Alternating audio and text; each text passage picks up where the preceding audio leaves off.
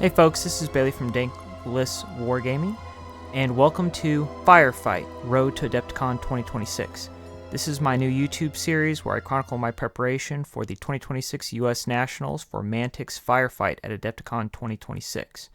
With only 340 days left to plan, build, paint, and test an army for this event, let's get on with the show. So today we're going to look more into a bit of my plan, not only for my army, but for this channel as well in the series I'm doing. I'm going to play Night Stalkers.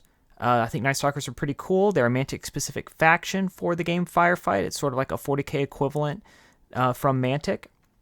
The reason I want to play Night Stalkers, and what I mean by Mantic-specific is that like Mantic makes their models exclusive. Like this is all they don't have any other sort of real equivalent outside if you're playing generic monsters for something else. I want to do this because I don't want to just port over old 40k like Chaos Demon models. I don't want to use a lot of third-party models from maybe like Trench Crusade or anything like that. I just want to play something that Mantic makes so I can support Mantic and their brand. I like this army because they have some newer sculpts at the US Nationals this past year, which you can find out a little bit more about later. I'll get into that. I played an army that had a little bit too old or dated models, in my opinion, compared to what you can find out on the market right now. So I like the fact that Night Stalkers have some like really cool newer minis, and I'm really excited to get my hands on them. On my initial flip through the rules for this faction, I found that they really fit my playstyle. They have speed, they're melee focused, and they have some pretty fun tricks to deliver their powerful melee units into combat, which is the kind of thing that I like. I also like the fact that these guys are also in Kings of War. That's going to play into my hobbying for this army, because I'm going to model them so I can play them in both Mantic's Kings of War, which is their fantasy old world equivalent, as well as Firefight. At the convention itself, I got a box, the two-player starter, The Edge of Insanity. It has Astarians, which are like the Eldar Space Elf equivalent, fighting the Night Stalkers. I got a buddy named Austin who I think is going to pick up some of them from me. It was a great deal because I participated in the tournament. I got $10 off of purchase $50 or more, plus there was a con special on top of it of 20% off. So I really got a great deal on my box. It's normally around $140. I got it for around $100 flat. It was a little more than that, but it was close enough. The other main thing, as I mentioned before, with the hobbying part with this army is that I'm excited to push my painting and modeling skills. I'm going to try and do some wet blending and do some converting and stuff where when you look at the model, you can tell that the monster is like partly like plane shifting, right? Like part of the monster is like still in another plane, and then now it's moving over to a new plane of existence. And this is really going to go all the way down to the base too, because I want where the physical quote unquote foot of the monster is touching the base, I want it to like represent that as like some sort of big monstrosity from another plane.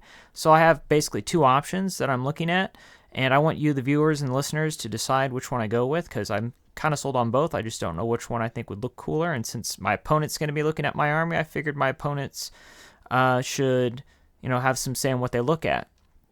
So the one idea I have is that the monster is, the Night Stalker is stepping out onto this plane of existence, and he's draining the life out of the land. So like the material will be darker where he's stepping, and then like the tufts, like I'll have vibrant like flowery tufts on one side, but then on the other side I'm going to have like dead, burnt, destroyed tufts.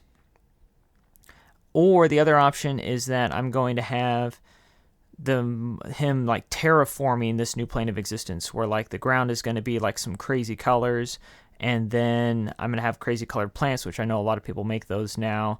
Outside of Army Painter, there's like Gamer Grass and Green Stuff World, so it could be a very vibrant, colorful base as well.